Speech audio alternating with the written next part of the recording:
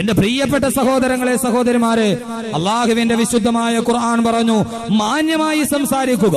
കുടുംബത്തിൽ പിറന്നവളെ പോലെ ആടിയും കുടഞ്ഞും കൊഞ്ചിയുമല്ല. അള്ളാഹുവിന്റെ ഖുർആൻ പറയുന്നു, എത്രയോ കുടുംബ ബന്ധങ്ങളാണ് തകർന്നു പോയത്. മൊബൈൽ എന്ന് പറഞ്ഞാൽ പണ്ട് മദ്യത്തെ പോലെ ഖുർആൻ പറഞ്ഞതുപോലെയാ. മദ്യത്തെ കുറിച്ച് ഖുർആൻ പറഞ്ഞതാ, ഫീഹിമാ ഇസ്മുൻ കബീറുൻ വമനാഫിഉ ലിന്നാസ്, ധാരാളം പ്രയോജനമുണ്ട്, അതിനേക്കാൾ കൂടുതൽ ഉപദ്രവമുണ്ടെന്ന് പറഞ്ഞതുപോലെ മൊബൈൽ ഫോൺ വന്നപ്പോ ധാരാളം ഉപകാരമുണ്ട്, അതിനേക്കാൾ വലിയ ഉപദ്രവമുണ്ട്. പാവപ്പെട്ട പ്രവാസി മലയാളി ഗൾഫിൽ പോയിട്ട് ചുട്ടുപിടുത്ത മണലാരണ്യത്തിൽ കട്ടപ്പെട്ടിട്ട് 5 വർഷം കഴിയുമ്പോ ഭാര്യയും മക്കളുമായി കാണാൻ വേണ്ടി ആഗ്രഹത്തോടെ വരുമ്പോ എത്രയോ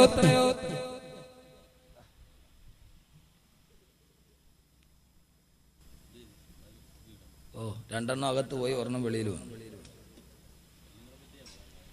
വെറുതെ അല്ലേ, ഏതോ പെണ്ണുങ്ങൾ പ്രാവിയിട്ടുണ്ട്, ഇത് ഇയാളുടെ നാക്കൊന്ന് പിടിച്ച് അവിടെ അല്ല. ഇതിങ്ങനെ വരും, എത്രയോ പ്രസംഗിച്ചിരിക്കുന്നത്. വല്ല വിട്ടിലും അകത്ത് പോയെങ്കിൽ നാളെ പോലെ ചാടി ചാടി അടക്കും ഞാൻ.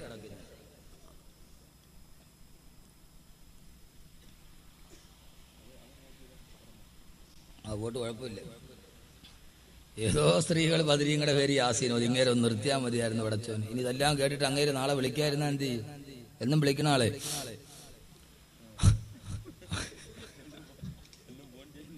എന്നും വിളിക്കുന്ന ആൾ ഇതൊക്കെ വാദം കേട്ടിട്ട് അവനെങ്ങാനും തൗബ ചെയ്തിട്ട് നാളെ പോലെ വിളിക്കാതിരുന്നാൽ പോകില്ല. ആരോ ബദരീങ്ങളുടെ പേര് യാസീനോ. ഏതായാലും സഹോദരങ്ങള്, അള്ളാഹുവിന്റെ ഖുർആൻ പറഞ്ഞ പോലെ എത്രയോ കുടുംബങ്ങളാണ് വഴിയാധാരമായത്. വല്ലാത്ത കഷ്ടമാണ്, കണ്ടു നിൽക്കാൻ കരയുകയാണ്. സഹോദരങ്ങളെ, എത്രയോ ഘട്ടമാണ് ഒരൊറ്റ മൊബൈൽ ഫോണിൽ വിളിച്ചതിന്റെ കാരണത്താലാണ്. വെഞ്ഞാറമൂട് ഷാജഹാൻ എന്ന് പറയുന്ന ചെറുപ്പക്കാരൻ ഗൾഫിൽ നിന്ന് തിരിച്ചു വന്നപ്പോ കണ്ടത് പൊന്നുമോളുടെ മൃതദേഹമാണ്. പോലീസ് അറസ്റ്റ് ചെയ്തു കൊണ്ടുപോകുന്ന ഭാര്യയാണ്. എത്രയോ കുടുംബങ്ങളാണ് തകർച്ചയുടെ വക്കീലെത്തി നിൽക്കുന്നത്. അള്ളാഹുവിന്റെ ഖുർആൻ, പെങ്ങളെ, നീ ജീവിക്കുന്നത് മനുഷ്യരുടെ ലോകത്തല്ല, പിശാചുക്കൾ പാർക്കുന്ന വേതാള നഗരം പോലെ ഈ ഭൂമി മാറുകയാണ്. നിന്റെ നേരെ കടുക കണ്ണുകളുമായി ആളുകൾ കൊത്തിവലിക്കുകയാണ്. അവിടെ പെങ്ങളെ ഈമാൻ വേണേ. അല്ലാഹു പറയുന്നു, ഇനി തഖയ്തുന്ന, നിനക്ക് തഖ്വയുണ്ടെങ്കിൽ നീ നിന്റെ സംസാരത്തിൽ മിതത്വം പാലിക്കണേ. സമയത്തിന്റെ പരിമിതി കൊണ്ട് ഞാൻ വീണ്ടും തുടരുന്നു. അള്ളാഹുവിന്റെ ഖുർആൻ രണ്ടാമതായിട്ട് പറയുന്നത് എന്താ? സൂറത്തുൽ അഹ്സാബ്, വകർന ഫീ ബുയൂതികുന്ന, നീ നിന്റെ വീടിന്റെ ഉള്ളിൽ അടങ്ങി ഒതുങ്ങിയിരിക്കണേ. 2 അത്യാവശ്യത്തിനെ സംസാരിക്കാവൂ. 1 അവസാനം എന്ത് നഷ്ടപ്പെട്ടു? എന്റെ പ്രിയപ്പെട്ട പെങ്ങളെ, മൊബൈൽ ഫോണിൽ വന്നേക്കാം, നിന്റെ കൂടെ ധാരാളം പുരുഷന്മാർ വന്നേക്കാം, ലോകം അതാണ്. പക്ഷെ നിനക്ക് നഷ്ടപ്പെടുന്നതോ? വെഞ്ഞാറമൂട് റജുലാ ബീവി കാമുകനുമായി രാസലീലകൾ ആടാൻ വേണ്ടി കണ്ടു നിന്ന മകളെ പോലും ജനൽ കമ്പിയിൽ കെട്ടിത്തൂക്കി കൊന്നുകളഞ്ഞു. സ്വന്തം ഭർത്താവിനെ പോലും വഞ്ചിച്ചു കളഞ്ഞു. അവസാനം എന്തു പറ്റി? കാമുകൻ ആത്മഹത്യ ചെയ്തു, ഭർത്താവ് ഉപേക്ഷിച്ചു, പോലീസ് അറസ്റ്റ് ചെയ്തു, മകള് മരിച്ചും പോയി. എന്തായി? പണ്ട് ഉത്സവപ്പറമ്പിൽ മുച്ചീട്ട് കളിക്കുമ്പോ മറ്റേ പകിട കളിക്കുമ്പോ ആളുകൾ വിളിച്ചു പറയും, വെയ് രാജാവേ, 1 വെച്ചാ 2, 2 വെച്ചാ 10, പാലി അടിച്ചാ കമ്പനിക്ക്, പോലീസ് പിടിച്ചാ പെടലിക്ക് എന്ന് പറഞ്ഞ മാതിരി എല്ലാം നഷ്ടപ്പെട്ടു. ഭർത്താവില്ല, കാമുകനില്ല, മകളില്ല, സർവ്വതും നഷ്ടപ്പെട്ടു പോയി. ആ മനുഷ്യ സ്ത്രീ എന്ന് പറയുന്ന സ്ത്രീ ഇനി അവരുടെ ജീവിതം എന്താണ്? 1 നിമിഷം പിഴച്ചു പോയപ്പോ, ഇതാ ഞാൻ പറഞ്ഞത്, പെണ്ണെന്ന് പറഞ്ഞാൽ സ്ഫടികം പോലെയാണ്, താഴ വീണ് ചിതറിത്തെറിച്ചാൽ. ഇത് കേട്ടപ്പോ പറയണമെന്ന് തോന്നി. അതുകൊണ്ടാണ് ഈ വിഷയം സംഘാടകർ ചോദിച്ചപ്പോൾ ഖുർആനിലെ സ്ത്രീ എന്ന് പറയുന്നത്. അതുകൊണ്ട് എന്റെ പ്രിയപ്പെട്ട സഹോദരിമാരെ, നിനക്ക് ദുനിയാവ് നഷ്ടപ്പെട്ടു പോയും നിന്റെ ആഖിറവും നഷ്ടപ്പെട്ടു. നിന്റെ ദുനിയാവ് ഉണ്ടാവില്ല, എന്റെ ആഖിറം ഉണ്ടാവില്ല. അതുകൊണ്ട് ശ്രദ്ധിക്കുകയും. ഇവിടെ അള്ളാഹ് പറഞ്ഞിട്ട് പറയും, ഇനി തഖയ്തുന്ന, നിങ്ങൾക്ക് അള്ളാനെ പേടിയുണ്ടെങ്കിൽ എന്ന് പറഞ്ഞിട്ട് അള്ളാഹ് ഇത് പറയുന്നു. രണ്ടാമത് എന്ത് ചെയ്യണം? വഖർന ഫീ ബുയൂതികുന്ന, നീ നിന്റെ വീടിന്റെ ഉള്ളിൽ അടങ്ങി ഒതുങ്ങിയിരിക്കണം. എന്റെ പ്രിയപ്പെട്ട ഭർത്താക്കന്മാരെ, നിങ്ങളൊന്ന് ശ്രദ്ധിക്കണേ. സ്ത്രീക്ക് അവളുടേതായ മതിൽക്കെട്ടുകളുണ്ട്. ആ മതിൽക്കെട്ടുകൾക്ക് അപ്പുറത്തേക്ക് നിന്റെ ഭാര്യയെ ചാടിച്ച് നീ പഠിപ്പിക്കരുത്. നിങ്ങൾക്ക് ഇഷ്ടപ്പെട്ടാലേ ശരി, ഇഷ്ടപ്പെട്ടില്ലേ. ഭാര്യ എന്ന് പറഞ്ഞാൽ പെണ്ണ് പോകേണ്ടടുത്ത് പെണ്ണ് പോകണം, ആണ് പോകേണ്ടടുത്ത് ആണ് പോകണം. കല്യാണം നടക്കുന്ന ഓഡിറ്റോറിയത്തിൽ ഏറ്റവും കൂടുതൽ ആണാണോ പെണ്ണാണോ? ആര്? പെണ്ണ്. രാവിലെ പറയും, ഇന്നൊറ്റ കല്യാണത്തിന് വേണ്ടേ, എനിക്ക് സമയം കഴിയുന്നത് 200 രൂപ നീയും കൊടുത്തിട്ട് നീയും പോകും. എന്നിട്ട് നീ എവിടെ പോകും? ഭാര്യയുടെ കയ്യിൽ 200 രൂപയും കൊടുത്തിട്ട് കല്യാണ വീട്ടിൽ എഴുന്നള്ളിക്കാനുള്ളതാണോ? കല്യാണത്തിന് പോകേണ്ടത് നീയല്ലേ? ചെയ്യേണ്ടതുപോലെ ചെയ്ത് പഠിപ്പിക്കേണ്ടത്, കുടുംബത്തിന്റെ ബാലൻസ് തെറ്റാതെ നിർത്തേണ്ടത് പുരുഷനല്ലേ? എന്തിനാണ് അല്ലാത്തടുത്ത് പെണ്ണിനെ പറഞ്ഞു വിട്ടത്? എന്തിനാണ് അല്ലാത്തടുത്ത് പെണ്ണിനെ ഇറക്കി വിട്ടത്? പലചരക്ക് കടയിൽ സാധനം വാങ്ങിക്കാൻ കഴിവത് നീയല്ലേ പോകേണ്ടത്? അതല്ലെങ്കിൽ മുതിർന്ന ആൺമക്കളല്ലേ പോകേണ്ടത്? എല്ലാത്തിനും നീ കറങ്ങി നടക്കാൻ വേണ്ടി സമയം കാണുകയും ബാക്കിയുള്ള കാര്യം മുഴുവനും ഭാര്യ മേൽപ്പിക്കുകയും ചെയ്യുമ്പോ അല്ലാഹുവിന്റെ ഖുർആൻ പറഞ്ഞു പാടില്ല. ഓ പെണ്ണേ, നീ നിന്റെ വീടിന്റെ ഉള്ളിൽ അടങ്ങി ഒതുങ്ങിയിരിക്കണേ. ഇനി ഭർത്താവിന്റെ സ്ഥലത്ത് ഒരു പെണ്ണിന് പോകേണ്ടി വന്നു. പഞ്ചായത്ത് ഓഫീസിൽ പോണം, വില്ലേജ് ഓഫീസിൽ പോണം, കറണ്ട് ചാർജ് അടയ്ക്കാൻ പോണം, പലചരക്ക് പോണം, പച്ചക്കറി മേടിക്കാൻ പോണം, ഇതെല്ലാത്തിനും പോണം. പോയിക്കൊള്ളുക. പക്ഷെ എങ്ങനെ പോകണം? അല്ലാഹുവിന്റെ പ്രവാചകൻ പറഞ്ഞു, അയ്യും അംറഅത്തിൻ ഇസ്തഅതറത് തുമ്മ ഖറജത് മിൻ ബൈതിഹാ ഫമറത് അലാ ഖൗമിൻ ലിയജിദൂ റിഹഹാ ഫഹിയ സാനിയാ വഹിയ സാനിയാ വഹിയ സാനിയാ. അല്ലാഹുവിന്റെ റസൂൽ പറഞ്ഞു, അയ്യും അംറഅത്തിൻ ഇസ്തഅതറത്, ഏതെങ്കിലും ഒരു പെണ്ണ് തന്റെ ഭർത്താവ് വിദേശത്ത് നിന്ന് അയച്ചു കൊടുത്ത പെർഫ്യൂം തന്റെ ശരീരത്തിലേക്ക് വാരിപ്പൂശി എന്നിട്ട് അവൾ നിലക്കണ്ണാടിയുടെ മുമ്പിൽ നിന്ന് ഒരുങ്ങുകയാണ്. അവിടെ നിന്ന് അവൾ ഇറങ്ങി വീട്ടിൽ നിന്ന് വെളിയിലോട്ട് നടങ്ങി. എങ്ങോട്ടാണ്? ഫമറത്ത് അലാ ഖൗമിൻ ലിയജിദൂ റിഹഹാ. കണ്ടുകുടിയിൽ നിന്ന് നാവറമ്പലത്തോട്ട് പോകുന്ന ഈ റോഡിലൂടെ ആ പെണ്ണ് നടന്നു പോവുകയാ. ശരീരത്തിൽ വല്ലാത്ത പെർഫ്യൂമിന്റെ സുഗന്ധം ആഞ്ചു പൂശുന്നുണ്ട്. അട്രാക്ഷനുള്ള കളറുള്ള സാരി ചുറ്റിയിട്ടുണ്ട്. റസൂലുള്ളാഹി പറയുകയാണ്, എന്തിനാണ് അവൾ പെർഫ്യൂം അടച്ചതെന്നറിയുമോ? ലിയജിദൂ റിഹഹാ.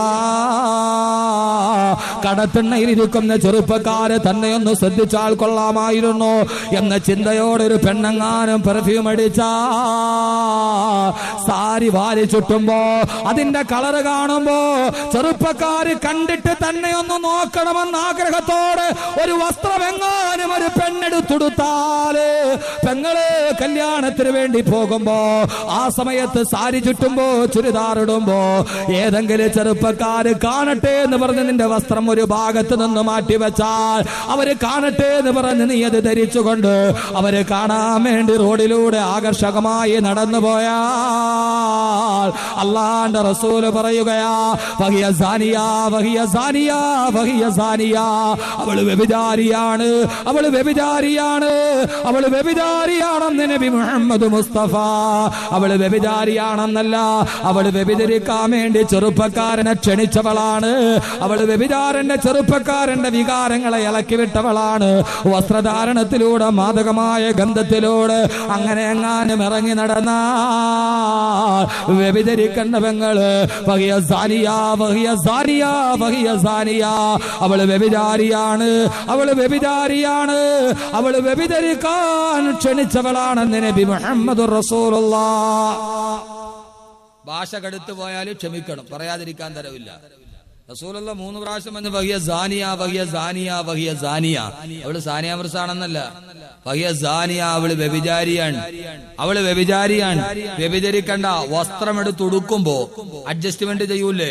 ഇത് ചെറുപ്പക്കാര് കാണട്ടെ. റോഡിൽ കൂടെ ഇറങ്ങി പോകുമ്പോ ഈ കണ്ടുകൂടിന്ന് വാവറമ്പലത്തോട്ട് പോണ വഴിയിൽ റോഡ് സൈഡിൽ ഇരിക്കണ ഈ കടത്തിണ്ണയിരിക്കണ ചെറുപ്പക്കാരില്ലേ, LMV എന്ന് പറഞ്ഞാൽ ലൈറ്റ് മോട്ടോർ വെഹിക്കിൾ അല്ല, ലോകമഹാവാളികള്. LMV ചെറുപ്പക്കാരിരിക്കുന്ന റോഡ് സൈഡിൽ അവരൊക്കെ ഒന്ന് കാണട്ടെ എന്ന് വിചാരിച്ചിട്ട് ഇച്ചിരി സുഗന്ധം അടിച്ചുകൊണ്ട് പോയാ എന്റെ ജീവിത പെണ്ണിന് സുഖം പൂശാൻ പറ്റുന്നത് 2 നേരത്താ. എപ്പോഴൊക്കെയാ അത്? ഒരു പെണ്ണ് 2 നേരത്തിലേ സുഗന്ധം പൂശാവൂ. ഒന്ന്, ഒരു പെണ്ണ് ഏറ്റവും നന്നായിട്ട് പൗഡറിട്ട് കണ്ണെഴുതി വാലിട്ട് കണ്ണെഴുതി പിന്നെ കവളത്തൊടുക്കത്തെ കുത്തി പൗഡർ വിട്ട് നല്ല വസ്ത്രവും എടുത്തിട്ട് അവള് നിൽക്കേണ്ടത് ആരുടെ മുമ്പിലാ? സ്വന്തം ഭർത്താവിന്റെ മുമ്പിലാണ്. ഒരു പെണ്ണിന് 2 സമയത്തെ പെർഫ്യൂം പൂശാവൂ. ഒന്ന് ഭർത്താവിന്റെ മുമ്പില് നന്നായിട്ട് വസ്ത്രമെടുത്ത് അവളുടെ സൗന്ദര്യം മുഴുവനും അവൾ പ്രദർശിപ്പിക്കേണ്ടത് ഭർത്താവിന്റെ മുമ്പിലാണ്. നിൽക്കുവോ ഭർത്താവിന്റെ മുമ്പിൽ? ഉച്ചയ്ക്ക് കടയിരുന്ന് ഭയങ്കര ചൂട്, ഇരുന്നിട്ട് ഇരിപ്പ് വരുന്നില്ല. ഭാര്യയെ വിളിച്ചിട്ട് വന്ന് പിന്നെ ഞാൻ വീട്ടിലോട്ട് വരിക എന്ന് പറഞ്ഞ് വീട്ടിൽ പോയി കോളിംഗ് ബെല്ല് അടിച്ചാൽ വന്നിരിക്കും.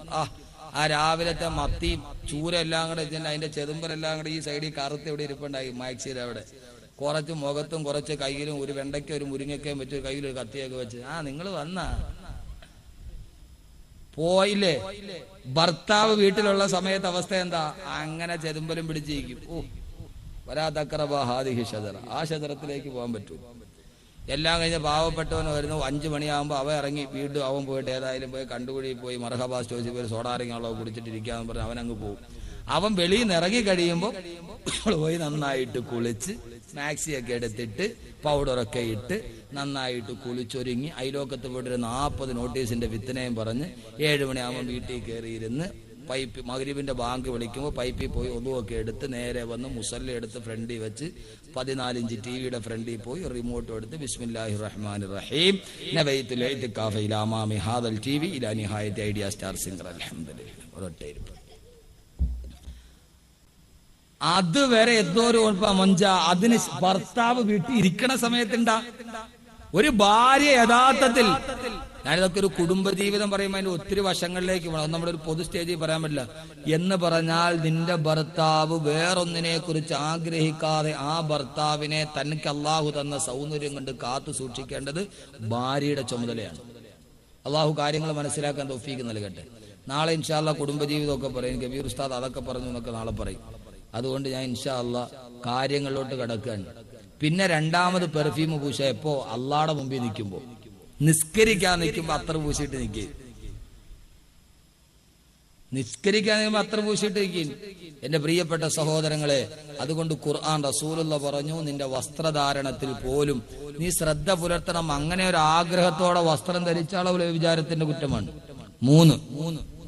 മൂന്നാമത്തേതാ?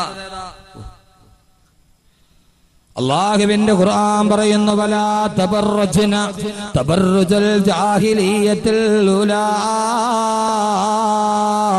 ജാഹിലിയ കാലഘട്ടത്തിലെ പെണ്ണുങ്ങൾ അടിഞ്ഞാടി നടന്നതുപോലെ പെണ്ണെ നീ സൗന്ദര്യ പ്രദർശനം നടത്താൻ പാടുള്ളതല്ല. ജാഹിലിയ കാലഘട്ടത്തിലെ അല്ലാഹുവിന്റെ റസൂല് കടന്നു വരുമ്പോ കാലഘട്ടത്തിലെ പെൺകുട്ടികൾ എങ്ങനെയാണോ നടന്നത് അതേപോലെ പെണ്ണെ നീ അടിഞ്ഞാടി നടക്കാൻ പാടുള്ളതല്ല. അതുകൊണ്ട് എന്റെ സഹോദരങ്ങളോട് ഞാൻ ഓർമ്മിപ്പിക്കുകയാണ്, അള്ളാന്റെ ഖുർആൻ പറയുന്നു, നിങ്ങൾ അങ്ങനെ ചെയ്തു പോകരുത്. അജ്ഞാന കാലഘട്ടത്തിലെ പെണ്ണുങ്ങൾ പോലെ എന്ന് പറഞ്ഞാൽ അജ്ഞാന കാലഘട്ടത്തിലെ പെണ്ണുങ്ങളുടെ അവസ്ഥ എന്താ നമ്മൾ കേട്ടിട്ടില്ലേ?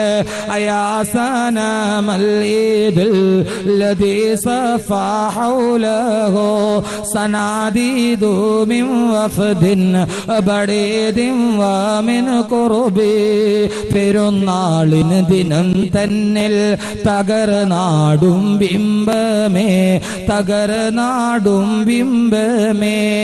പെരുന്നാൾ ദിവസമായി കഴിഞ്ഞാൽ വിഗ്രഹങ്ങളുടെ ചുറ്റും വന്നിട്ട് ഉടുതുണി വലിച്ചെറിയുന്ന അവസ്ഥയാണ് അജ്ഞാന കാലഘട്ടത്തിൽ ഉണ്ടായിരുന്നെങ്കിൽ അള്ളാന്റെ ഖുർആൻ പറയുന്നു, നിന്റെ വസ്ത്രവിധാരണത്തിൽ ശ്രദ്ധിക്കണേ. ഇതുമായി ബന്ധപ്പെട്ട് ഞാൻ എന്റെ ഒരൊറ്റ സഹോദരിമാരോട് പറയുകയാണ്.